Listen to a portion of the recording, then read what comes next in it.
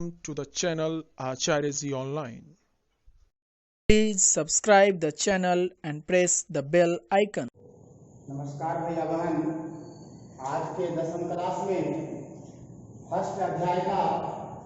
Topic संसाधन नियोजन को मेरे द्वारा अध्यापन कराया जा रहा है। सवाल उठता है कि यह संसाधन नियोजन क्या है। नियोजन संसाधन से आप सभी लोग परिचित हैं। नियोजन का मतलब होता है कि किसी भी प्रदेश में जितने भी प्रकार के खनिज या संसाधन उपलब्ध है, अगर उसका प्रयोग, उसका उपयोग, उसका उपभोग, उसका इस्तेमाल अगर विवेक के साथ, बुद्धिमत्ता के साथ, बेहतर प्रौद्योगिकी के साथ, बेहतर से बेहतर तरीके से जब हम उसका इस्तेमाल करते हैं, ताकि वह संसाधन ज़्यादा दिन तक चल सके एवं ज़्यादा दिन तक ज़्यादा लोगों की आवश्यकताओं एवं जरूरतों को अगर पूर्ति करता हो, इस उद्देश्य से जो है किसी भी प्रकार के संसाधन का नियोजन किया जाता है, प्लानिंग किया जाता है। अगर यह नियोजन नहीं किया जाएगा तो शायद यह भी हो सकता है कि संसाधन का बहुत बड़ा भंडार, खनिज का बहुत बड़ा भंडार दुर्दशा के कारण, फिल्म खर्ची के कारण, अविवेकशीलता के कारण जो है अंधाधुंध उसका शोषण के कारण बहुत कम समय में वह समाप्त हो जाएगा और बहुत कम ही लोगों की वह आवश्यकताओं को जो है पूरा कर पाएगा। इसलिए अगर हम किसी भी प्रकार के संसाधन को ज्यादा से ज्यादा लोगों की आवश्यकताओं को अगर पूरा करना चाहते हैं तो उन तमाम संसाधनों को हमें जो है प्लानिंग के तहत, नियोजन के तहत, जो है योजना के तहत जो है उसको कार्य रूप में देना होगा, मूर्त रूप देना होगा, तभी जाकर के वो अधिक से अधिक लोगों की जो है आवश्यकताओं को जो है पूरा करेगा। जैसा कि हम सभी लोग इस बात से अवगत हैं कि संसाधन नियोजन जो है वह प्रक्रिया है जब हम किसी भी संसाधन का इस्तेमाल विवेक पूर्ण रूप से करते हैं, और यह रणनीति जो है नियोजन कहलाती है। हम लोग सभी इस बात से परिचित हैं कि हमारे देश में कई प्रकार के या एक ही प्रकार के बहुत सारे खनिज पदार्थ उपलब्ध हैं। दूसरी ओर जो है कई प्रकार के खनिज पदार्थों की जो है बहुत ही कमी है, घोर जो है कमी है। इसलिए जो है बहुत सारे हमारे देश में ऐसे प्रदेश हैं जहां खनिज संपदा प्रचुर मात्रा में है, वहीं कुछ ऐसे भी प्रदेश हैं, कुछ ऐसे भी क्षेत्र हैं जहां खनिजों का टोटा लगा हुआ है, खनिजों की जो है बेहद कमी है। इस तरह से भारत खनिज के मामले में एक विविधता वाला देश है। और इस तरह से जो है अगर हम कुछ प्रदेशों की बात करें, जैसे अगर हम प्रचुर मात्रा में उपलब्ध खनिज पदार्थ वाले क्षेत्र या राज्य की अगर बात करें तो अगर हम झारखंड, उड़ीसा, छत्तीसगढ़, मध्य प्रदेश, ये तमाम अगर राज्यों की बात करें तो यहाँ जो है प्रचुर मात्रा में खनिज पदार्थ एवं कोयले ज्यादा मात्रा में जो है उपलब्ध जो है उपलब्ध है। लेकिन अगर हम दूसरी ओर अगर हम पश्चिमी भाग, भारत के पश्चिमी भाग, राजस्थान एवं गुजरात की अगर बात करें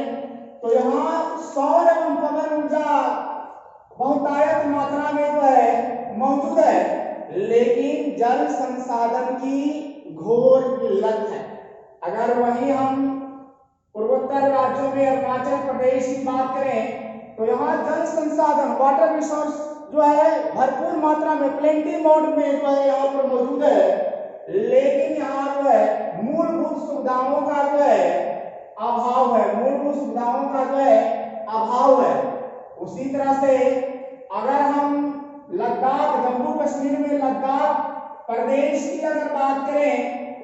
तो यह प्रदेश शीत मरुस्थल क्षेत्र में पड़ता है और यहाँ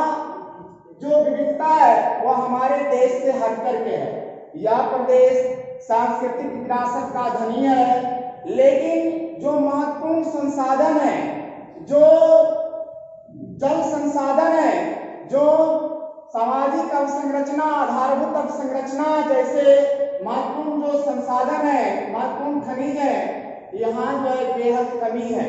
तो इस तरह से आप देख रहे हैं कि भारत के कई क्षेत्रों में, कई प्रदेशों में संसाधनों की जो है उपलब्धता अलग अलग है। कुछ ऐसे भी प्रदेश हैं जहाँ प्रचुर मात्रा में खनिज संपदा है, संसाधन है। कुछ ऐसे भी प्रदेश हैं जहाँ संसाधन जो है नगण्य मात्रा में है। तो इस तरह से राष्ट्रीय स्तर पर, प्रांतीय स्तर पर, प्रादेशिक स्तर पर, स्थानीय स्तर पर संतुलित जो है प्रक्रिया अपना करके जो है संसाधन का नियोजन किया जा सकता है। सभी लोगों की जरूरत को पूरा किया जा सकता है, सभी लोगों की आवश्यकताओं को जो है पूरा किया जा सकता है। इस तरह से जिस राज्य में संसाधन नहीं है या जिस राज्य में प्रचुर संसाधन है, एक जो है तारतम्य बना करके, एक संतुलित जो है व्यवस्था बना करके जो है उन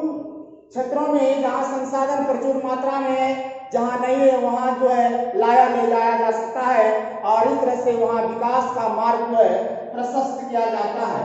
दूसरा जो आज का जो टॉपिक है वह जो है भारत में संसाधन नियोजन। जैसा कि आप सभी लोग इस बात से परिचित हैं कि नियोजन एक बहुत ही जो है जटिल प्रक्रिया है, बहुत बड़ा ही दुष्कर काम है, बहुत ही जो है कॉम्प्लेक्सिटी प्रोसेस है और इसमें जो है कई प्रकार के सोपान हैं। पहला जो सोपान के अंतर्गत अगर हम बात करें, स्टेट की अगर बात करें, चरण की बात करें, तो भारत में पहले जो स्टेट में जो है विभिन्न प्रदेशों में जो है पहले खनिज संसाधन का पता लगाया जाता है, फिर उसको तालिका बनाया जाता है, क्षेत्रीय सर्वेक्षण कराया जाता है, मानचित्र जो है बनाया जाता है एवं वहाँ जो उपलब्ध जो खनिज पदार्थ हैं, जो संसाधन है, उसके गुणात्मक एवं मात्रात्मक का पता लगा करके जो है उसका आकलन जो है किया जाता है। दूसरा जो है चरण में संसाधनों का विकास के लिए, संसाधन विकास योजनाओं को लागू करने के लिए कई प्रकार के जो है प्रौद्योगिकी का इस्तेमाल किया जाता है। कौशलता का भी जो है, कुशलता का भी जो है, मानव संसाधन का भी उपयोग किया जाता है एवं इसके आधार पर बेहतर प्रौद्योगिकी, कुशलता के आधार पर जो है हम संसाधन को जो है विकास करते हैं। तीसरा चरण में संसाधन विकास योजनाओं एवं राष्ट्रीय विकास योजनाओं में जो है समन्वय स्थापित करके जो है इन संसाधन का जो है विकास में जो है उपयोग किया जाता है। खास करके जब हमारा देश आजाद हुआ तो स्वाधीनता के बाद ही जो है भारत में उपलब्ध जितने भी प्रकार के संसाधन थे उसको प्रथम पंचवर्षीय योजनाओं में से ही जो है विकास की प्रक्रियाओं में आधारशिला के रूप में जो है जारी रखने का जो है प्रयास किया गया था। इस कड़ी को आगे बढ़ाते हुए यह भी देखा गया है कि उपनिवेशन के ऐतिहासिक अनुभव यह भी बताता है कि जब साम्राज्यवाद की बू आई, विभिन्न प्रकार के जो है ताकतवर जो है देश छोटे छोटे जो है देशों का जब शोषण करना जारी किया, जहां पर मानवीय संसाधन बेहतर स्थिति में नहीं था, उस प्रकार के प्रौद्योगिकी बेहतर स्थिति में नहीं था, तो यह साम्राज्यवादी देश या उपनिवेशकारी देश जो है इन मुल्कों को जो है अपना शिकार बनाया। इस कड़ी में भारत को भी जो है शिकार बनाया गया। आज भी जो है अफ्रीका में बहुत सारे जो है संसाधन उपलब्ध है, इसके बावजूद भी मानवीय संसाधन के अभाव के कारण, बेहतर प्रौद्योगिकी के अभाव के कारण जो है वहाँ जो है बेहतर जो है विकास नहीं हो सका। तो इस तरह से संसाधन केवल रहना या नहीं होना यही केवल एक कड़ी नहीं है। अगर किसी भी देश में, अगर आप जापान की बात की जाए तो जापान में विभिन्न प्रकार के संसाधन खनिज नहीं है, इसके बावजूद भी बेहतर प्रौद्योगिकी के बदौलत, टेक्नोलॉजी के बदौलत, मानवीय संसाधन की बदौलत एवं ऐतिहासिक अनुभव की बदौलत जो है वह आज दुनिया के विकास के अग्रगण्य पंक्ति में जो है खड़ा हुआ है। इस तरह से संसाधन का होना या ना होना केवल इस बात पर निर्भर नहीं करता है, बल्कि इस बात पर निर्भर करता है कि उस राष्ट्र में कितने बेहतर मानव संसाधन हैं, कितने हुनरमंद मानव हैं और कितने बेहतर प्रौद्योगिकी उनके पास है। इस तरह से भारत में भी जो है बहुत सारे ऐसे प्रदेश हैं जहां पर प्रचुर मात्रा में खनिज पाए जाते थे,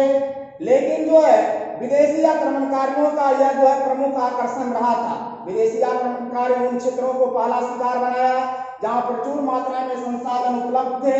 और उनको शोषण भी किया और उस पर अपना साम्राज्य जो है आधिपत्य किया। दुनिया में दो प्रकार के जो विश्व युद्ध हुए, यही जो है उपनिवेशवाद के कारण एवं साम्राज्यवाद के कारण था। कच्चे माल की तलाश एवं विनिर्मित माल को बेचने के लिए बाजार की तलाश में दुनिया दो जो है विश्व युद्धों को जो है सामना किया है और इसमें बड़े व्यापक पैमाने पर जो है जान माल की भी हानि हुई है। तो इस तरह से बेहतर प्रौद्योगिकी के बदौलत, संस्थागत परिवर्तन के बदौलत, बेहतर मानवीय संसाधन की गुणात्मक प्रक्रिया की बदौलत एवं ऐतिहासिक अनुभव के आधार पर आप जो है विभिन्न प्रकार के संसाधन का नियोजन कर सकते हैं। जिस राष्ट्र में वर्तमान समय में बेहतर प्रौद्योगिकी उपलब्ध है, बेहतर संस्थाएं उपलब्ध है, बेहतर पर्यावरण वातावरण उपलब्ध है और बेहतर जो है मानव संसाधन उपलब्ध है, वह राष्ट्र अपने सीमाओं में उपलब्ध विभिन्न प्रकार के संसाधनों का बेहतर इस्तेमाल कर, बेहतर नियोजन करके अधिक से अधिक लोगों को जो है आवश्यकताओं की पूर्ति कर रहा है, अपनी आय बढ़ा रहा है, अपनी जो है राष्ट्रीय सुरक्षा को जो है प्रतिस्थापित कर रहा है, आमदनी बढ़ा रहा है। इस तरह से अगर देश की अर्थव्यवस्था सुदृढ़ होगी, प्रति व्यक्ति अगर आय बढ़ेगी तो राष्ट्र हमारा मजबूत होगा और यह सारा तभी हो सकता है जब हम अपने मिट्टी में अपने जो है सीमाओं में उपलब्ध संसाधन का बेहतर नियोजन करके उसका जब हम उपयोग करते हैं तो इस तरह से जो है हम संसाधन को नियोजन करके अधिक से अधिक लोगों की जो है आवश्यकताओं को पूरा कर सकते हैं और अधिक से अधिक समय तक जो है इसका उपयोग जो है कर सकते हैं। आगे के क्लास में जो है अगला टॉपिक जो है लिया जाएगा। आज केवल इतना तक ही है। गृहकार्य के रूप में जो है आप संसाधन नियोजन के क्या लाभ हैं और क्या जो है हानिकारक पक्ष है, मतलब मेरिट क्या है, इसका डिमेरिट क्या है, एडवांटेज क्या है, डिसएडवांटेज क्या है, इसमें जो है आप जो है लिख करके लाएंगे। अर्थात जो है गृहकार्य के रूप में संसाधन नियोजन के दोष एवं हानियों को लिखें। धन्यवाद।